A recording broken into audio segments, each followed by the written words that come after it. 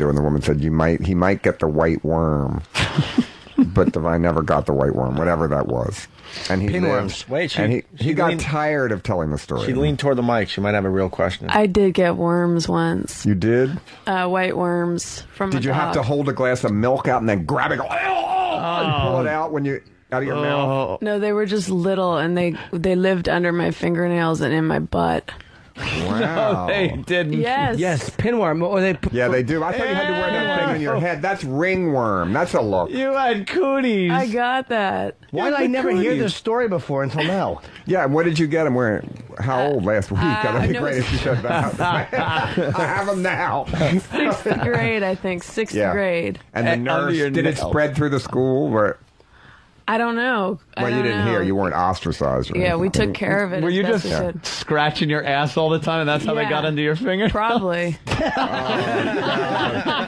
I knew somebody that had crabs in her eyelashes. That's a great story. And you could see them right in her eyelashes when you were talking to Well, them. at least you knew they were a team player. If you get crabs in your eyelashes, it means you were fucking giving head to somebody. At least you know they're good trimmed. Yeah, exactly. Wow, that is really horrible. How'd you get rid of them?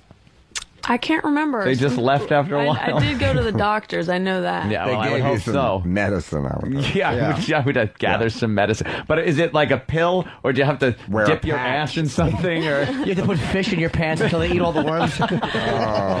I don't know, but you're just not supposed to go barefoot around dogs. Well, it was because of dog shit? Yeah, I think so. I used to It's all hate about those. the My dog only shit? friends.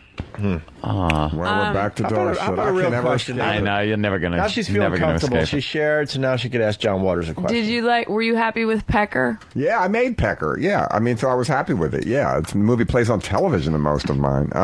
Yeah, it was about talking virgin mothers and pubic hair harassment. Yeah. I liked it a lot. It was different from your other films. I don't know. They're all same to me, you know. But they have to be a little different, or who would get the next one? My sister had pinworm many years ago. There he goes. She did. My sister when she was a kid, and that's what it's from. It's from being in the dirt, probably, or maybe a dog tracked something. Dirty little I like tomboy. impetigo. What's that? Little scabs that you get from drinking in public water fountains. I don't know, but in America, impetigo is like scabs you get on your face, and kids get it a lot in grade school, and it spreads from touching it. And I always thought it had a certain cachet. All the rough kids, the bad boys, had what's that on your face? Well, we got impetigo. In the news, got a problem with that? We got staph infections because people are not showering properly in schools, or what's that story? I don't know. It's an epidemic. Deadly antibiotic-resistant infections. Right, but they're getting it from not rinsing out their sweat after gym class. Is that it? Oh, God. You know, I think if you wash your hands too much, you get every disease. Yeah, you have get to rid of let the a good little stuff.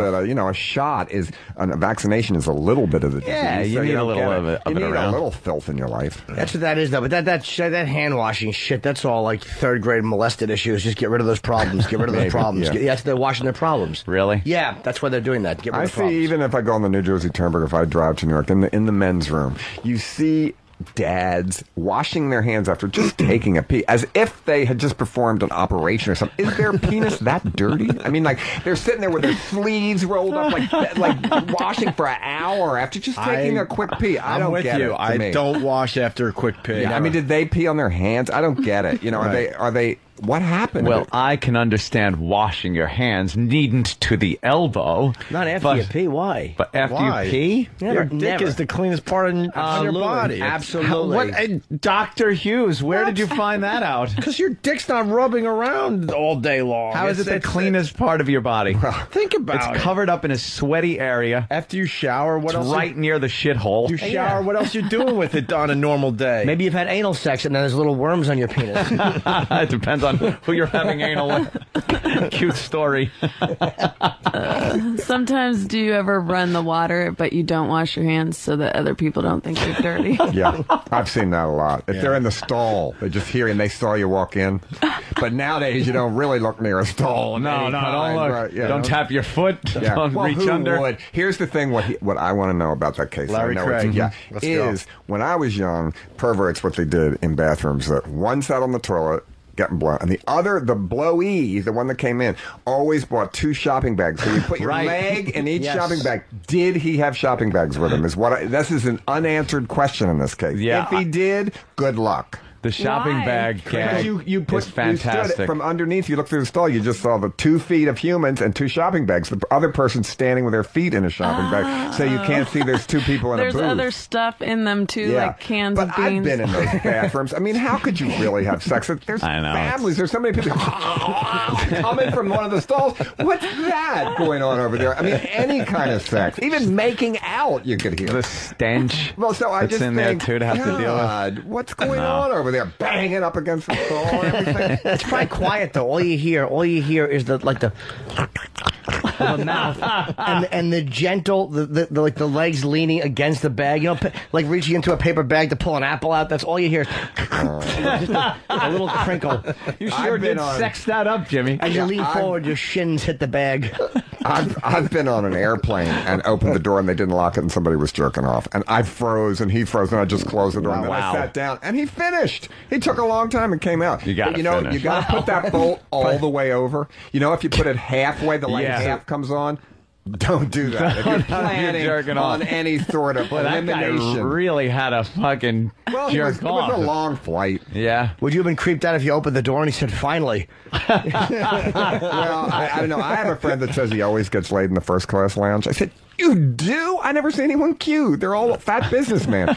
And, now on planes, when you're in first class, if it turns into 2 beds and they're right next to each other, you think, oh, great, I'll be sleeping with you. Don't try anything. Right. And they snore and everything. It's horrible. What's your type? You don't like fat businessmen? Not really. A parole card helps. Really? I'm kidding. I'm bad boys. Well, you know what I'm saying. Like, they aren't in first class. And so I always tell students, when you're in that last row in the middle by the bathroom, you're cuter than anyone in first class. You know that while you're suffering. So you prefer a thuggier type of individual? Well, I'm just saying, compared to a fat businessman, sure, somebody with a little humor, a little street smarts, it's fun. I don't think anyone's into fat businessmen. Sure they are. Chubby chasers. Yeah. All girls that like power. That's what turn on so many women. That's amazing to me is power turns them on. And you see him with monsters. Carlo Ponti and Sophia Loren. There's a perfect example. Does the strange woman in the back have any other questions for John Waters? I don't know. I like your pants and shoes and socks. Well, thank you It's very a statement. much. Thank you. That's sort of backhanded. That means you don't like his shirt and Your jacket. shirt sucks. Yeah. No, I'm kidding. You're awful. Who is that girl? I don't know. I don't know, but you had pinworms in her ass. Bystander. Jim, you were just surmising about the bathroom situation. You've never been in that situation? No. Oh. Absolutely not. But I was amazed when I heard it. But there was no glory hole there. I mean, that's a whole different issue. No. There's no glory holes in airports. I think it's they'll slap a big patch on that real quick. I think it's hilarious that what the men's rooms have become, where they're just now like there's cinder blocks from the floor to the ceiling to keep guys away from other guys. Those guys are called tea room queens. That's the name. Tea room? Yeah. That's the term for that. It's hilarious because it started where they had. It used to be you just took a leak, you didn't think anything of it, and then they put up a little border. Now we're up to where it's cinder blocks from the ceiling. Yeah, but didn't when you were young? I mean, in libraries, everyone had their first sexual experience in the library. I don't know. When I was young, book reports and blowjobs just went hand in hand. I mean, it seemed like libraries always had that issue. I would They were tea rooms. They still are, I think, libraries. There's a lot of action. Libraries were good for finding some kind of stimulus. Like, I would go to the photography section and open up, and you would absolutely find nudes. Yeah, nude photographs. Doesn't matter what library you're in. It could be the school library even. You'll open it up, but there it is. One time when I was God, I had to be in 3rd grade or something. They were teaching us how to use the library and wanted us to take a book out. So they taught us the card catalog, and I found a book with a silhouette of a naked Indian girl on it. And that was hardcore porn. And it was just like, it was a silhouette of her. And the book was way out of my league. Like, it was a adult book of poetry or something. And I'm in the 3rd grade, and I was like, okay, this, and I'm shaking. Because I just wanted to take it home and stare at the naked Indian girl. Don't you think on the that's cover. what libraries are for? In the beginning, you know, Yeah. when you're a kid, to look up things you're not supposed to look up. Exactly. I used to like reading dirty words. That was my thing. In the dictionary, you'd look up and see if you could find dirty words reading in there. dirty words was really cool. And now they have so many dictionaries of slang words. I mean, you know, they have ones that you've never. Yodeling in the canyon and all them. I use them in a dirty shame. I try to come up with new terms for everything. New ones. Yeah, they're kind of hard now that they've come up with all kinds of dirty Sanchez.